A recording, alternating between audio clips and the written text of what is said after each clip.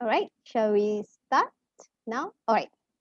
So good evening, everyone, and welcome. Welcome to this press conference, the Sidang Media, untuk mempertahankan Hutan Simpan Kuala Langat Utara.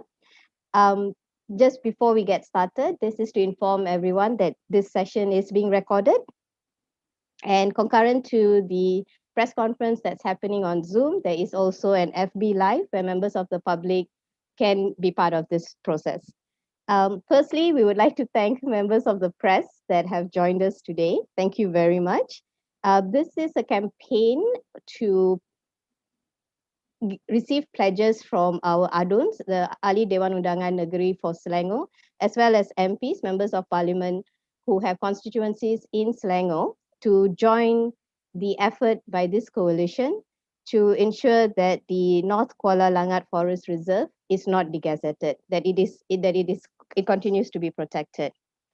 And the primary reason that you will see a range of diverse groups of civil society together as part of this coalition, for all of us, the primary objective is to halt the degazettement process. And this initiative came about after a really disappointing town hall session that was held on the 29th of September. So a group of us came together, and that is how this particular coalition came about. This coalition, its membership ranges from SUARAM. SUARAM is Suara Rakyat Malaysia. It acts as the secretariat. You have KAMY, Greenpeace Malaysia, Five Arts Centre, PEKA, Persatuan Aktivis Sahabat Alam or KUASA, Parti Sosialis Malaysia, Persatuan Tindakan Alam Sekitar Kuala Langat, and finally Empower Malaysia. We also have other groups that are supporting this particular campaign who are not members of the coalition. This includes the Global Environment Centre, Centre for Orang Asli Concerns, Malaysian Nature Society, the Selangor branch, Pertubuhan Alam Sekitar Sejahtera Malaysia, also known as GRAS, Sahabat Alam Malaysia, and Treat Every Environment Special Sendirian Berhad. So these are members of different civil society organizations who are members of this particular campaign. So very briefly, before I hand it over to my colleagues in the coalition who will be doing brief sharings about different aspects of this campaign, I would like to share the flow of the press conference. We hope to end by 8:30 since it is a public holiday today as well. So next, we will have the brief sharing for members of the coalition on the campaign. They will provide details and some of the activities that have been taking place. This will then be followed by a question and answer session, and secretariat members will also will be answering this. And finally, we will close. So without further delay, I would like to hand it to my colleague, Keena, to briefly speak about the online petition. Over to you, Keena, from Greenpeace Malaysia.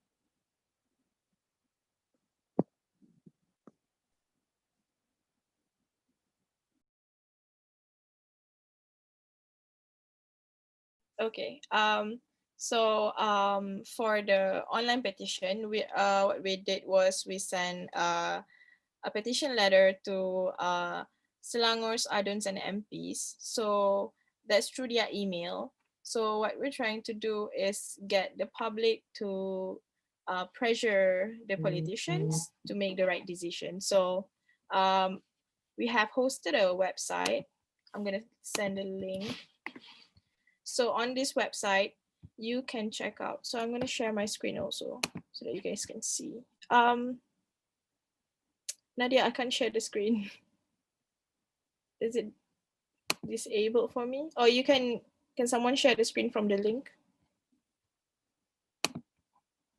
Oh, okay.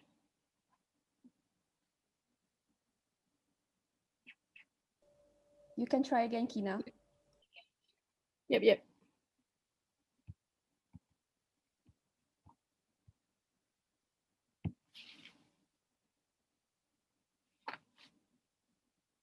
Okay. So this is the website hosted on our Greenpeace page. You can go to greenpeace.org/Malaysia/X/PHSKLU, which stands for Pertahankan Hutan Simpan Kuala Langat Utara, which is the name of our coalition. So from there, you can read, this is the letter to the ADUN and MPs that we sent out. You can read the full letter here and download it if you want. It's quite a long letter, very detailed. So, and then for the public, you can also check here, there's a scorecard on which ADUN or MP have signed to sokong us, selamatkan, or, they did not sokong means, musnahkan, or just no response yet, or no response at all. So right now, we only have one ADUN, YB Tuan Muhammad Najwan bin Halimi from Kota Anggrek, that have already responded to our letter with a signature, official signature. So we will update this from time to time once an ADUN or MP replies to our petition letter.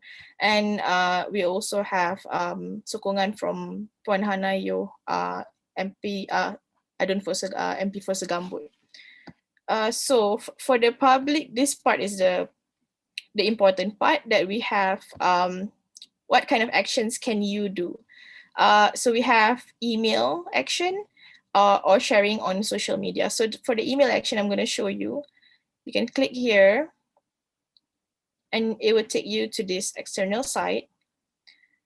So this site, it's designed so that you can send an email automatically from here. I'm just going to mock send some email. So it's just click here.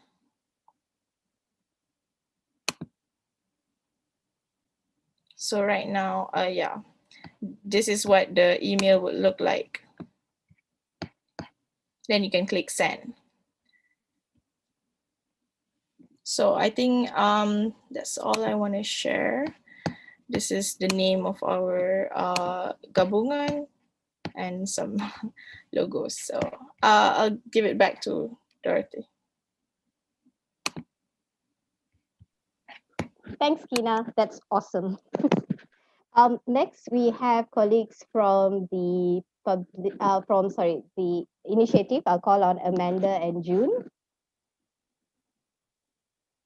Hi. Okay, maybe Amanda can share the screen.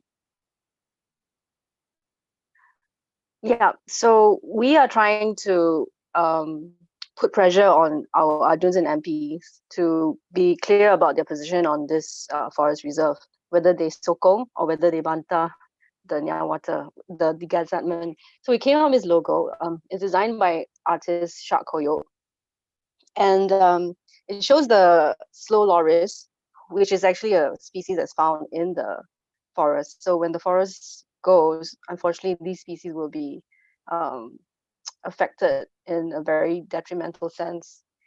We're also encouraging artists to come out with images. If you just go to the next slide, Amanda.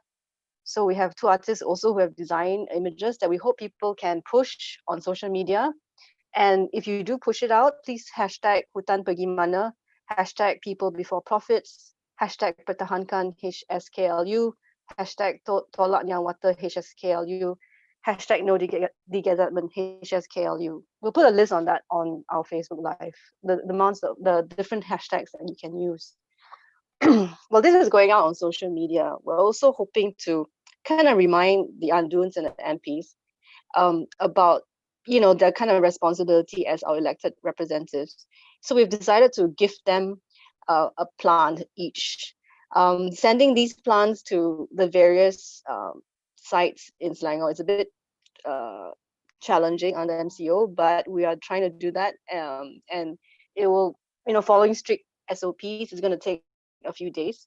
So this plants have been generously donated by Grass Kokidema Malaysia. Because we feel like it's a timely reminder for everybody that the climate crisis is really now, and the future of the planet is in this generation's hand.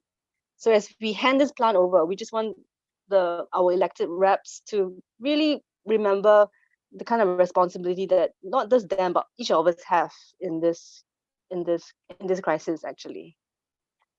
Okay, maybe I'll hand over to Nadiah and Shaq if you want to kind of like expand on that. I think I'm okay if Shaq goes first.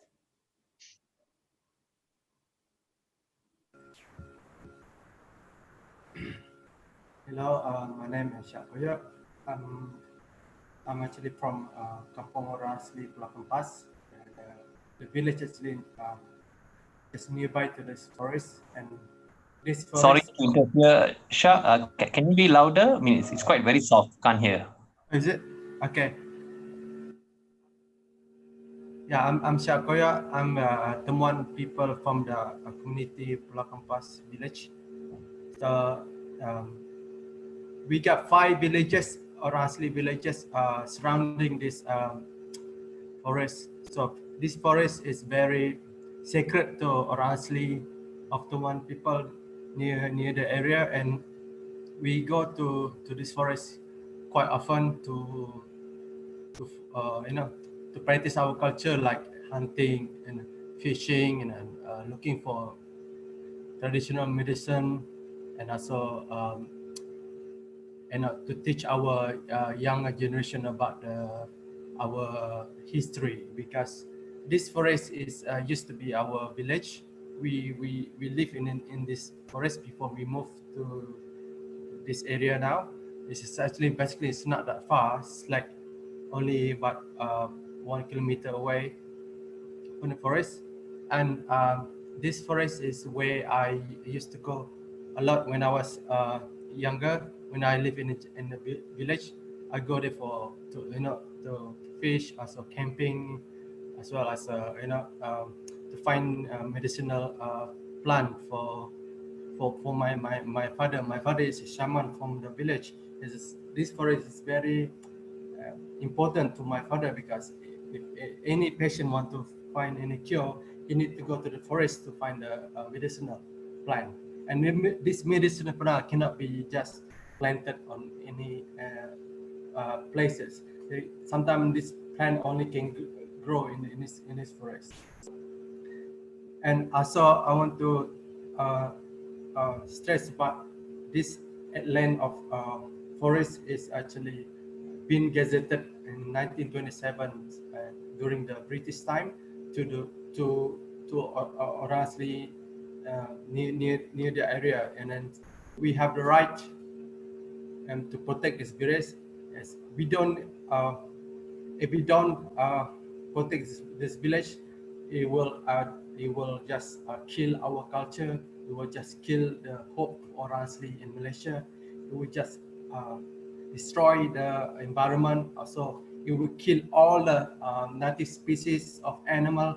For example, slow loris, we get a black leopard, we get sun bear, we get betta fish, we get so many animal. And where do you gonna think this animal gonna go? And again, this is one of the critical endangered species forest, also critical endangered species of animal. So I can see, I see so many countries around the world, they gather themselves to fight for climate action, to fight for to save our climate, to save our forest, to save our planet. But in Malaysia, where this action gonna take, and this peat forest is a very important in the ecosystem in area near the Selangor, especially because in Selangor we only have few places where peat forest still untouched, and I still have still natural. So I hope politicians out there think about the future, think about your children.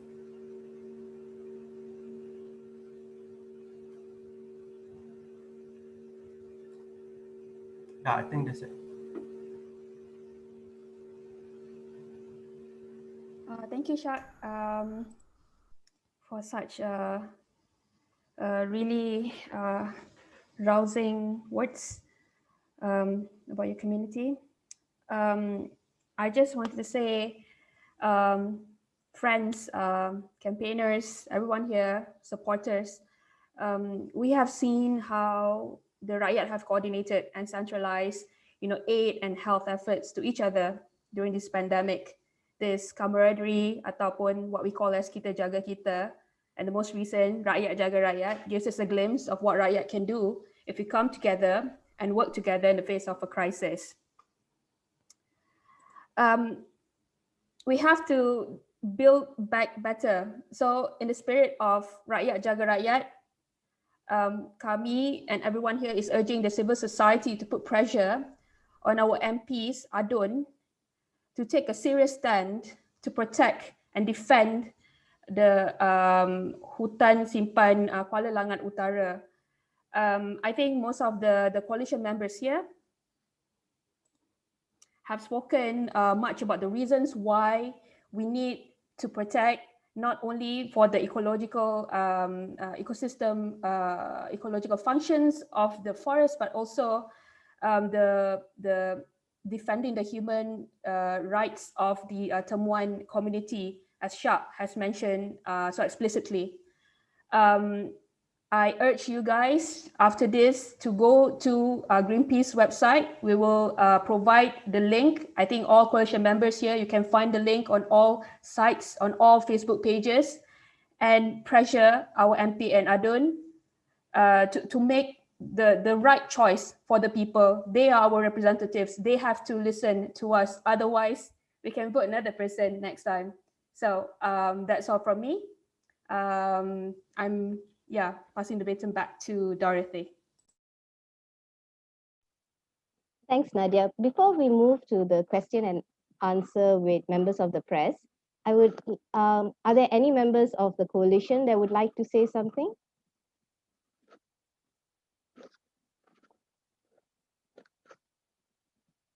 Okay, no.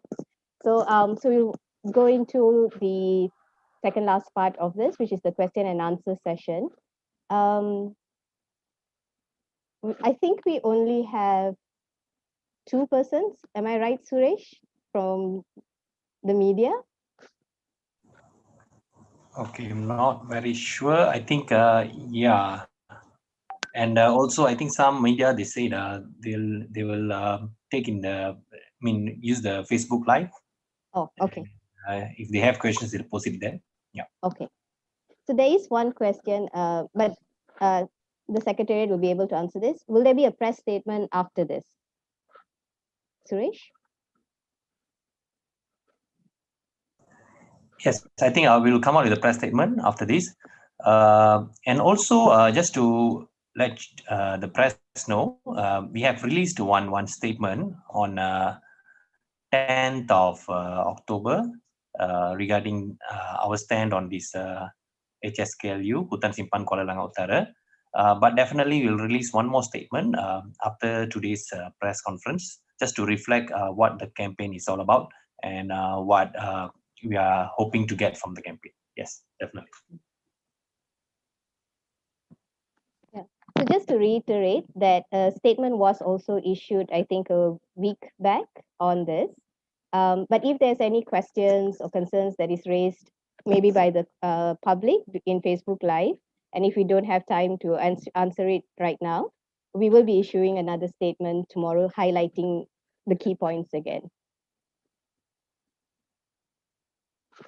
So yeah, so this is interesting.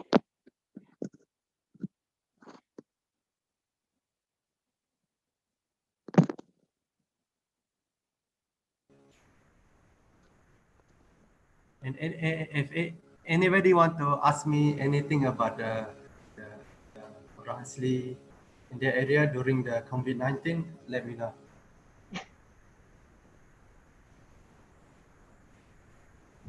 Are we doing Q&A at the moment? Yes. Sorry. Okay. Yes.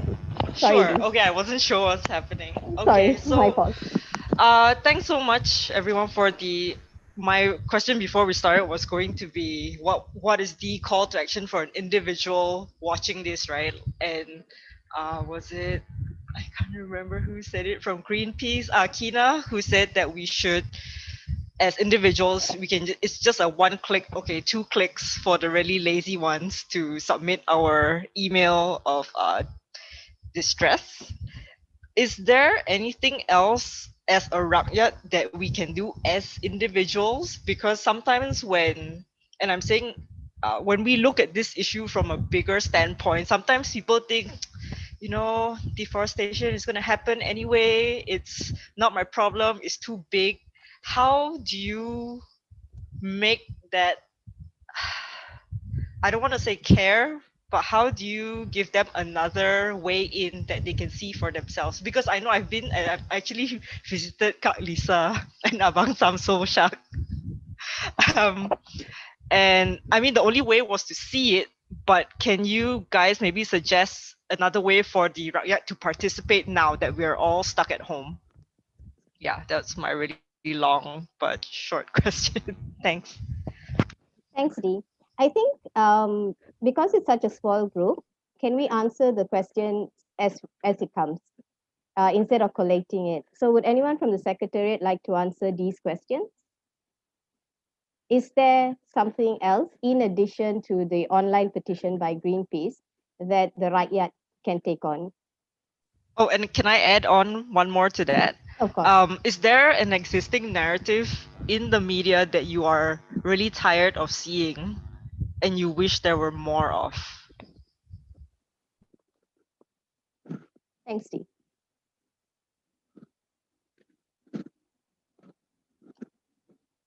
Suresh, since you were the designated person, so why don't you go first, and other coalition members will gather their thoughts.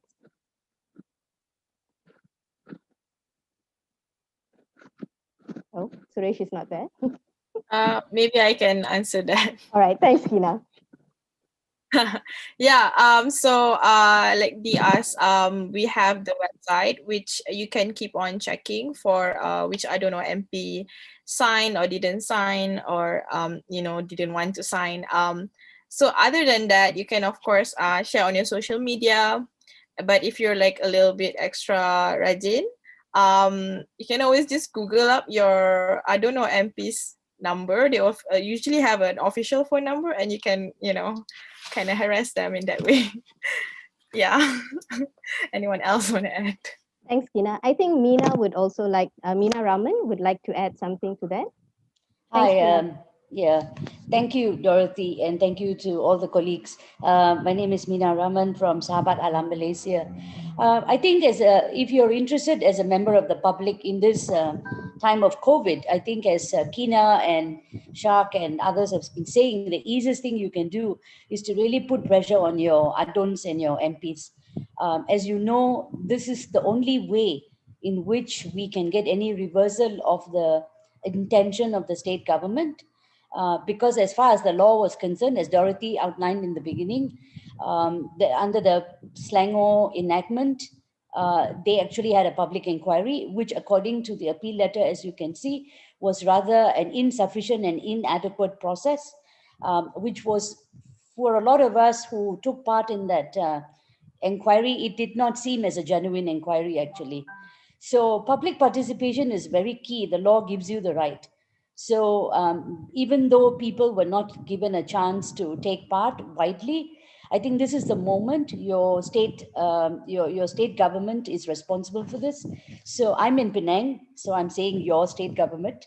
Although Sahabat Alam Malaysia does work all over the country, but the most important contribution that any member of the public can make is to put pressure on all the MPs.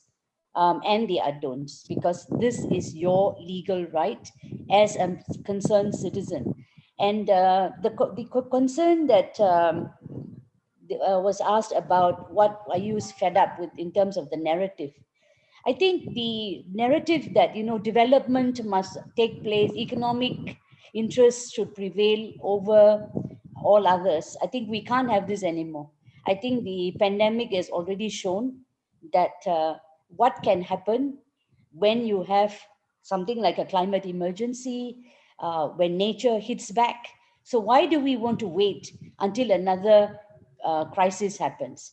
So world over, people are talking about the environment being put ahead, that actually it should be integrated together, as we all say. And why do you have to sacrifice a very important, what do you call it, paya gambut? It's a fantastic piece of resource, and you can actually seek international money to protect these forests. So if you come and tell us we don't have enough resources, therefore we have to go and do this kind of development, we don't agree, we don't buy that anymore. Because there are international resources available. If you want to know, we can go into a whole load of guide for that. But and Malaysia has has signed and ratified the Paris Agreement. We have an obligation to reduce emissions, not increase emissions. We have an obligation under the Convention on Biological Diversity, where we have said that we will protect biodiversity. So you have, and then a few final points I'd like to make is that the structure plan and the local plan, the Selangor structure plan, the local plan for that area, all say that this is an environmentally sensitive area, class 1. It's not some other class. So this is a very important ecosystem. So why do you sacrifice this? There's absolutely no justification. And so the other point is that we have the MDI Incorporated, Malaysia Menteri Besar Incorporated for mixed development. We're very concerned over the conflict of interest. One is at the Menteri Besar as in Menteri Besar Incorporated, and the other Menteri Besar is supposed to safeguard the interest of the Selangor public and also the larger Malaysian public. Why are we concerned as larger Malaysians? Because this is about forests, and this is about importance of carbon dioxide and climate change and all that. So we are sick and tired of the narrative that the economy is more important and environment can come separate. That time is over. That is passé and it's old school. It's time they change. Thank you so much for that, Meena. So moving on to the next question. We Sorry, have sorry. Dorathy, just add one more point. Oh, okay. Saya tambah satu perkara lagi ya, okay, dalam bahasa Melayu. Saya setuju dengan apa yang diperkatakan oleh kawan-kawan kita, Meena, Kina dan lain.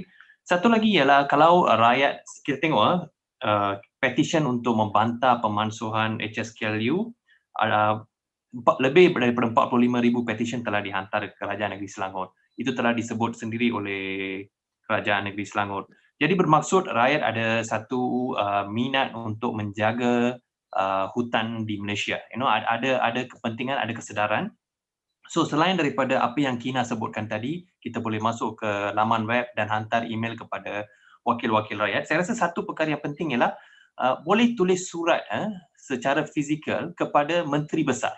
Sebab ada konflik kepentingan yang terlibat, yang seperti saudari Meena katakan tadi, di mana Menteri Besar meluluskan dan juga MBI meminta tanah ni. Orang yang sama meluluskan dan meminta. Jadi tulis surat fizikal, alamatkan kepada Menteri Besar. Kata saya kalau jumlah surat itu adalah cukup banyak, ia akan memberikan tekanan kepada Kerajaan Negeri Selangor untuk menarik balik pemansuhan. Ya, itu saja. Thanks, Suresh. So we have another question. It's from Sivarajan Arumugam. Any report from the state government post the town hall meeting, or was there any minutes of the proceedings that was made public? Any of the coalition members? I can take that question if you want. Yes, thanks. As Meena. far as I understand it, there isn't yet. I think the YB Lee, if I'm not mistaken, he did say that there will be a report and that report will be submitted to the state government. So we have no idea as yet. So we are waiting to understand what happened from that inquiry or so-called inquiry. Thank you. Anyone else to add to that? So there has, to answer that question, so far, nothing in writing. Okay, Suresh, anything? Or do I move to the next question? I think that's all. Ya, itu saja. Saya rasa, ya, that's done. Okay. So, saya rasa itu adalah satu peringatan dari Suresh untuk bercakap dalam bahasa Malaysia juga. Ada satu soalan, bolehkah pembangunan membantu untuk memastikan tidak ada lagi kebakaran hutan berlaku? Sebab ini merupakan peatlands, so terdapat kebakaran yang sering berlaku di hutan ini. So persoalannya, adakah pembangunan merupakan resolusi untuk menghentikan kebakaran? Will the development help circumvent future forest fires? Anyone? I think I would like to answer these questions. Yeah, thank you. Thank you, Nag. Then you want me to answer Malay or English? Whichever is comfortable. Okay. Thanks, Raj. Okay. Anyway, okay, just to answer the questions, I think what happened is I think Hutan Simpan Kuala Langat Utara is very, very special for us. I think everybody has to know on this. This is the last remaining patch of peat swamp mixed with the lowland forest in the south of Selangor. I think that is very clear. And then as all of us know, from the beginning of the February as of today, we tried to remind everybody the earliest gazettement for this forest was 7,000 acres. And it has been reduced due to the development pressure. And now it's only remaining 900 plus hectare. And then again, people are accusing the fire is one of the major issues which is lead for the de-gazettement is not true. You know what happened? GEC itself, we've been working with this Orang Asli, I think about few years ago, by year 2013, 14. There's a lot of complaining which is thrown on Orang Asli. They are the main source of people causing fire for that area.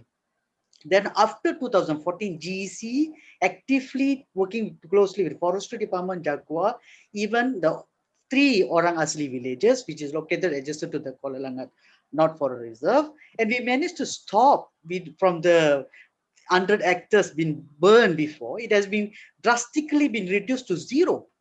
In this case, what we mean, development is not an answer to stop the fire.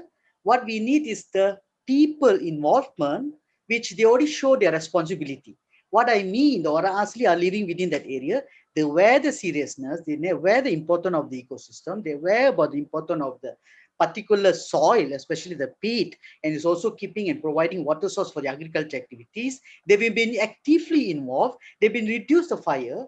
Then they've been put a very important efforts where the degraded area, the area being impacted by fire, where it's a zero rise from the trees, it become a lalang, now it become a forest. That is showing how committed the Orang Asli to restore the forest. In a way, this is a bigger question mark for us. The developers always they want to use as some excuse to de-gazette the forest. But in this area, it's totally different. The area been degraded before, and the area been helped to restore by the local community. In a way, the moment you wanted to de-gazette and then you wanted to develop for that, what kind of appreciation you wanted to give to the Orang Asli? Which they have been worked hard for the last 5 to 6 years to restore the forest. Even they improve the water table.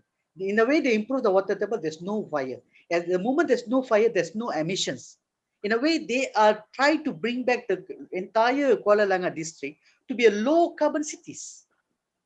Again, in a way, whatever argument they're going to use in order to saying that, okay, development is going to, an answer to stop fire is unable to accept. And even as of today, there are, the community we call Friends of Kuala Langat Not Peat Swamp Forest, where they are actively monitoring that area without having fires, even during this pandemic period.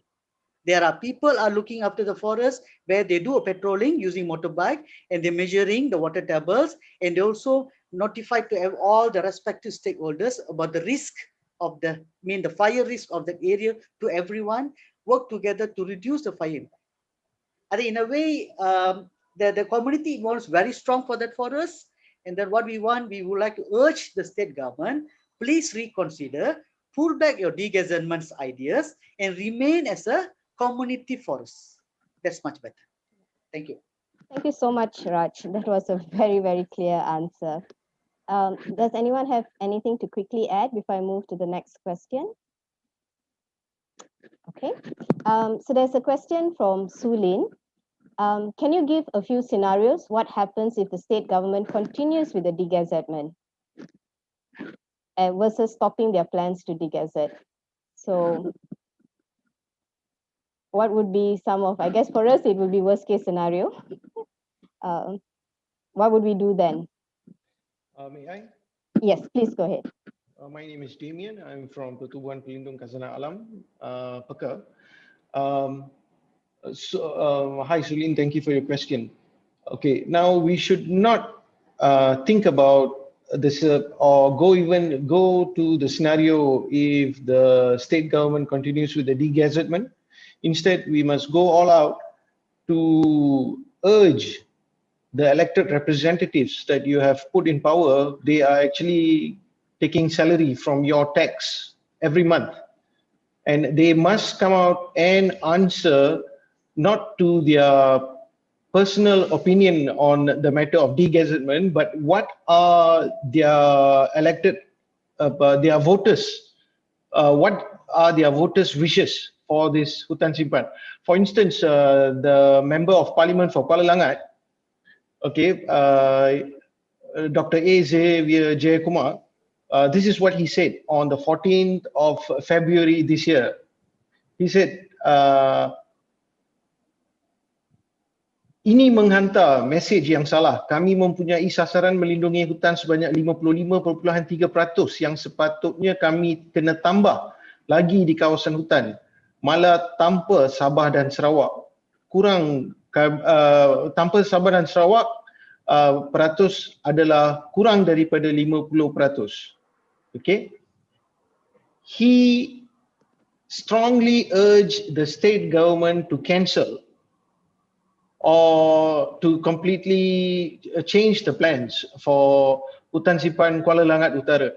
Now this person comes, he won and he became the minister after winning votes from voters of Kuala Langat. These are the people that you must go and chase after. You have to make sure that your elected representatives are accountable for their actions. Thank you. Thanks. Thanks, Damien. Would anyone else like to add?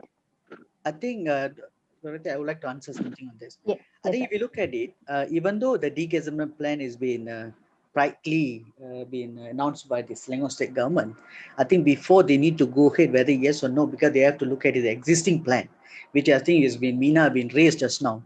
Even the local plan, according to the local plan, it is impossible to do that, because first of all, if they want to decazette the forest, they have to go and look at it, the local plan, they have to make change. Necessary whatever they've been written in the local plan, because the local plan say that is a ESA level 1, and the state structure plan also means say that is a ESA level 1, and national physical plan 3 also saying that's a ESA level 1. Then in this case, what we can do, I think all these members who mean listening to this particular conversation session, I think we need to bring in the federal laws and also the DASA, which is available, that we can bring in and show whatever project they've been proposed is totally against to the existing regulations. And that's only best way we can do to stop the things. Like currently, for example, if you're talking about oil palm issue, okay, even what you call the land, the land councils, what do you make it very clear, clear directions, no development on, no new oil palm development on peatland. That is the national pride and priority. And if let's say the state government wanted to go, hey, can't, because this is against the national regulations, also policy. I think same thing we wanted to do, other than we wanted to push with the, our DON and MPs, and we also need to looking after what are the strong national policies available, which can be used for this, stop the degazettement process. I think that's another options there. We need to look at it, even each individual, not only the civil society or NGOs. Okay, that's additional points. Okay, thanks, Raj. I'll take a final answer from Meena, and then I'll move on to the next question. Meena, please go ahead. Yeah, just to complement what all my other colleagues have been saying, one aspect that we will explore definitely is a possible legal challenge. If the state government goes ahead despite all the appeals that we are making. And our view is actually they will be contravening a lot of the existing commitments that the government of Malaysia has made, which includes the federal government's responsibility as well to ensure that the states comply with the obligations. So a legal avenue for challenge is something else that we are exploring. So we hope that it will doesn't have to go that way. We hope that the Adons and the MPs will stand up. We hope that the Menteri Besar will listen. But otherwise, I think we will have to consider a legal challenge. Thanks, Meena.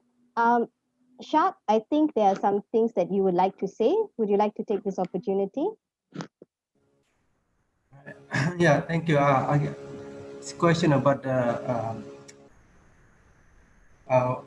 this process of so-called, the process of putting the what's it called, the notice of the degazetment, kan? We only come to find out about this notice only on newspaper, and that's I want to stress is they don't follow the proper way to what's it called, they never visit the village, and they never what's it called, what's the word, I forgot that. They never come consult to the community about this project whatsoever, and they just putting inside the newspaper for some reason to make sure nobody find out about it. I think that's what surprised, what really quite shocking for me, and also for the whole community. We really surprised to see that kind of action been taken by the Selangor state government, right? And that's not one of them, and the villager, especially the Tobatin in Kampung in Kuala Langat, they received so many intimidation by the developer, even so many developer now try to trade the villager and intimidate and even try to bribe the villagers to giving up despite to save the forest. And also they tried to say that orang asli have no right to save this forest because because they said orang asli in Kuala Langat area they don't have a title of the land and that's actually make the community in orang asli community got really scared about they even say they may just move us away from that area, even they say that, and that actually make the Tibetan really worry about the status of the land. But I already told them that this land is already gazetted in 1927. Why they need to why it need to be gazetted again? Because this area is already gazetted a long time ago. And by saying that orang asli doesn't have the title of the land, is totally bluff. I would say it totally macam nak mengugut orang asli, like threaten them to make a tough decision between. And even there's the person behind this, the big person behind this, even try to have a meeting to ask the community of orang asli. They make a choice between to gazette their own land, their village name, or to save your forest. They said if you want to save the forest, you have to give up your village land to gazette. And even say that, and then now that's why there's a big conflict between the community, where Kampung Besar Baru not agree to be part of this process, so-called gazette the land to give the title to the orang asli village. Which is, if you look in the posting in the Rakan Hutan Kuala Langat, there's a list of the community, Malay community villages been gazetted a long time ago. Why not orang asli being gazetted in that area? Which is orang asli been living there for a long time, for many generations before anybody come near that area. And why why the orang asli doesn't have land? Why the orang asli doesn't have the title? But other community like Chinese, Indian, Malay have their own title. Why not orang asli? Why they need to to marginalize and to treat orang asli like this as indigenous people of Malaysia? Thanks a lot, Shaq. In the interest of time, I'm just going to take one question, and then if there's no more questions, anyone who wants to add to this can also add to it. So the question is from Joseph Roy Benedict. Has the UN National Office said anything on the matter, particularly their environmental program? Can the campaign engage with them to take a stand? Would anyone like to answer? I guess it's the UNDP National Office. Well, I can try, Dorothy. Well, the UN, I think the environment program is actually UNEP. I don't think they have an office here. Okay. UNDP does have an office here, but normally the UN agencies would, I mean, we have I don't think any of the civil society or coalition have reached out to them. Of course, we can reach out, but I'm not sure to what extent they can actually intervene, because this is a national issue. And, I suppose I'm not really sure how much influence they can have compared to citizens and assemblymen and MPs, taking, and the federal government actually. I think the federal government has an important role to play, and we need to mobilize the ministries as well. Okay, thank you. Anyone else would like to add to that? No? So I think that's it for questions. But I think Raj wanted to add something on the Orang Asli angle. Raj, would you like to very quickly also say something? Yeah, I think there's a few things I would like to raise here for the admin, for all of you to understand the feeling of the Orang Asli. Even though Shaq, I think, Shan is one man, try to speak about Orang Asli, then I would like to add a few points. I think approximately within the 4 villages which is living, then consider they got a close connection with this Kuala Langat, not for a reserve. They are not only looking at the land is ancestral land, also is partly is their rice pot. Because all this Orang Asli having the agriculture activity. And for example, the agriculture activity being carried out within that area is oil palm and small cash crops and other things. The moment this 900 hectare forest gone, and where they're going to get a proper water supply for the agriculture activity. And even this during this pandemic, they are suffering a lot. Where they don't have a proper income, it'll be the weather challenge, the pandemic challenge, so many issues they face through. And then you think the mixed development is going to bring in a solid solution for them? That's one. Second thing, I think this is a Kampung Busut Baru. Specifically, I would like to raise something. Today, the national icon we have rightly said is a KLIA. KLIA is a kind of area being, honestly, they've been contributed to Malaysian by this Busut Baru community. There used to be Kampung Busut Lama there. The Busut Lama was previously located in the KLIA area. They sacrificed their own land because Malaysia to be developed, and then they've been transferred to this particular area where it's called Busut Baru, Kampung Busut Baru, which is located adjacent to the Kuala Langat, not for a reserve, without having a proper planning how they need to sustain themselves within that particular area. And suddenly now bring in huge development project, which is going to cause another impact.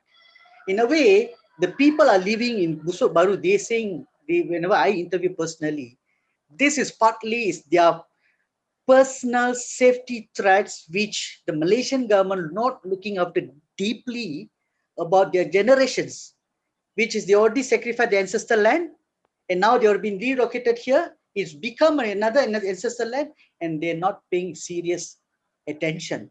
In a way, if this mixed development need to be killed off one particular people's cultural value, then only you wanted to do a development. This is where I don't see what is the what we call the positive things they would like to bring in within the Kuala Langat district. I think as a Malaysians, we respect to the culture, we respect to all our adat, everything, and then in this case, I think our our YBs, ADONs, MPs, whoever listening to this, or whoever the special officers are listening to, please look into it, this matter slightly more serious. Don't look after the standing trees, the biody. Also look at the generation who going to depend on this forest. Don't kill them off. Yeah, that's all.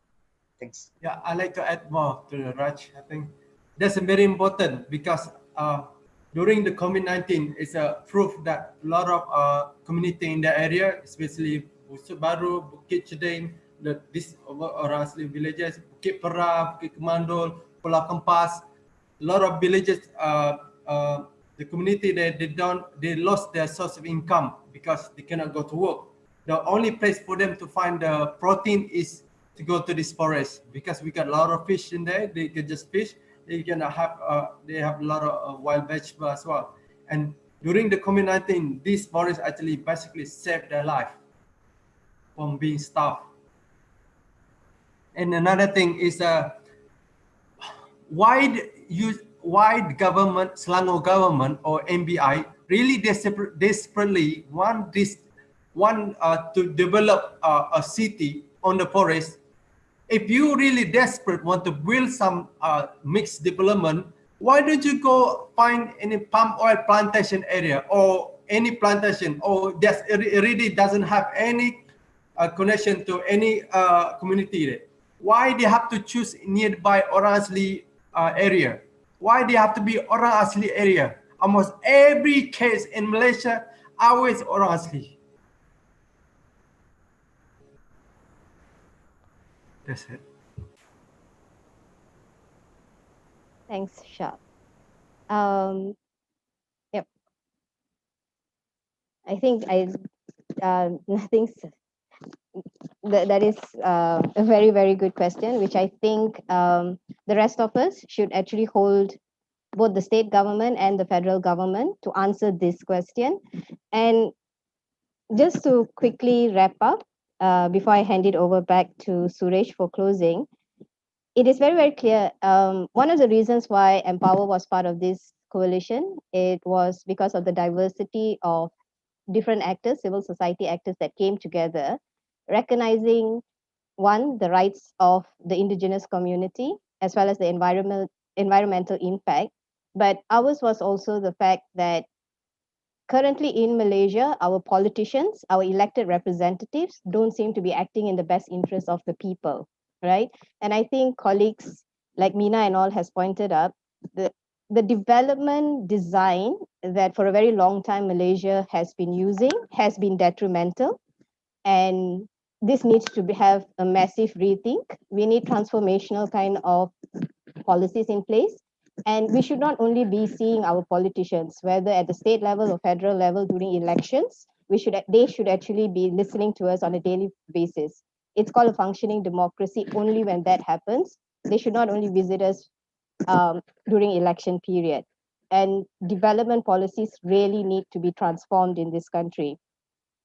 So again, very quickly, this is actually a call out to all Malaysians, regardless of whether you're residents of Selangor or not, to please hold elected representatives responsible. Please help this campaign. A lot of suggestions were given, from the simplest, where you just have to go on the Greenpeace website, click on a letter that goes out, or you can also take individual initiatives of writing to people who are concerned, publicize this, because as was pointed out by Damien, de-gazettement is not an option. We have to protect the forest and we have to protect the people whose livelihoods is dependent on the forest. So with that, I will hand it over to Suresh. Oh, sorry, very quickly.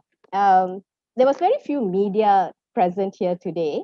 And I find that very puzzling and very disappointing. And ironically, the 2nd of November is actually the International Day to End Impunity for Crimes Against Journalists. And many of us have actually stood up for the rights of journalists and the media. So I'm hoping that even if you are not present today for this press conference, you do take up this issue and stand with civil society actors that have taken up this issue. So with that, I'll hand it over back to Suresh. Thanks, Suresh. Thanks, Dorathy. Terima kasih, Dorathy. Okey, saya akan membuat penutupan untuk sidang akhbar pada hari ini. Jadi, kita perlukan sokongan daripada orang ramai, sokongan daripada kumpulan-kumpulan NGO dan juga media. Okey, tapi ini adalah mencabar pada zaman COVID ini untuk beraksi, untuk menghentikan satu keburukan sebegini, iaitu pemansuhan hutan. Jadi kita terpaksa berfikir secara kreatif, apa yang kita boleh buat dengan duduk di rumah di kebanyakan masa. Jadi telah kita berikan tadi beberapa pilihan, boleh hantar email, boleh tulis surat, memberikan tekanan kepada wakil rakyat yang kita pilih, ADUN dan ahli parlimen, supaya mereka memberikan tekanan kepada kerajaan Selangor yang membuat keputusan untuk memansuhkan hutan simpanan Kuala Langat Utara.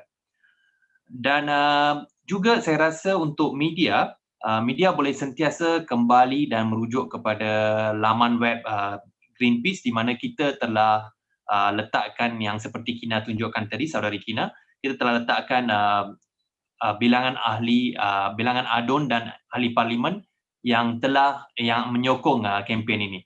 Jadi di sana ada 3 ruangan, satu yang menyokong, satu yang menyokong bermaksud menyokong gerakan ni, yang menyokong supaya hutan tu dikekalkan.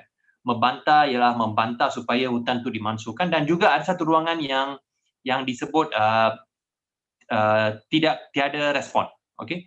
Kebanyakan ahli parlimen, ahli politik ni biasanya bila kita berjumpa dengan dia akan cuba ambil satu grey area, di mana dia akan cuba berdiam diri dan dia fikir bila dia buat begitu dia akan selamatlah daripada rakyat dan juga daripada pentadbiran kerajaan Selangor. Tapi ini bukan masanya. Ini adalah satu masa untuk kita mengambil satu pendirian. Okey. Dan saya ingin mengucapkan terima kasih kepada ADUN Kota Anggerik, YB Najwan, yang sebagai orang pertama yang telah menandatangani surat ini dan juga telah menghantar kepada kami salinan tanda tangan beliau terhadap pledge ini, surat akuan ini, supaya beliau menyokong menghentikan pemansuhan ini. Dan kempen ini akan bermula daripada hari ini sampai pada 12 November. Kita sebenarnya mengikut tarik DUN Selangor, tarik bersidang DUN Selangor. DUN Selangor akan bersidang pada hari esok, bermula hari esok sampai 12 November. Dan sepatutnya kami kumpulan ini telah bercadang untuk pergi ke DUN Selangor semasa persidangan DUN untuk menyerahkan surat-surat ini dan mendapatkan tanda tangan secara fizikal. Tetapi disebabkan oleh CMCO ni, kita tidak dapat berbuat begitu, jadi kita gunakan kempen online dan teknologi-teknologi perhubungan yang ada untuk menjayakan usaha ini. Dan juga saya ingin mengatakan di sini satu perkara ialah Pertahankan Hutan Simpan Kuala Langat Utara, kumpulan ini, PHSKLU, adalah satu kumpulan yang diverse, yang mempunyai kepelbagaian, di mana kita terdiri daripada ahli-ahli yang berjuang untuk hak asasi manusia, berjuang untuk isu-isu alam sekitar, kumpulan isu alam sekitar Kuala Langat, dan juga ada parti politik, dan juga ada kumpulan-kumpulan NGO yang berdasarkan gender, dan kita ada juga golongan senior dan junior dalam kumpulan ini. So kumpulan ini satu kumpulan yang saya lihat telah ditubuhkan lebih kurang sebulan usianya, tetapi begitu aktif dalam menjalankan kerja-kerja untuk menghentikan pemansuhan hutan simpan Kuala Langat Utara. Jadi Juga kumpulan ini dia terbuka untuk bekerja dengan mana-mana kumpulan lain. Kami pada masa ini untuk kempen surat, kami bekerja sama dengan Gabungan Melindungi Hutan Selangor, satu lagi kumpulan, untuk bersama-sama menjayakan kempen ini. So kita terbuka. Jadi kumpulan ini ada mempunyai kepelbagaian dan juga ada banyak cadangan-cadangan lain dalam projek yang lain yang akan dibawa di masa hadapan. Dan juga kita berkongsi sumber. Ya. Kumpulan ini, PHSKLU ini berkongsi sumber. Sekretariat diletakkan di bawah SUARAM. Kita lihat laman web kita pinjam Greenpeace. Dan juga ada projek untuk menghantar plan yang seperti diterangkan oleh saudari Amanda dan saudari June tadi. Dibuat oleh kumpulan Empower dan Five Art Center. Kemudian kita ada artworks, karya-karya seni yang dihasilkan oleh kumpulan Five Art Center dan artis kita Shaq. Dan juga kita ada kumpulan publicity media yang dikendalikan oleh kumpulan KAMY, ya, NGO KAMY.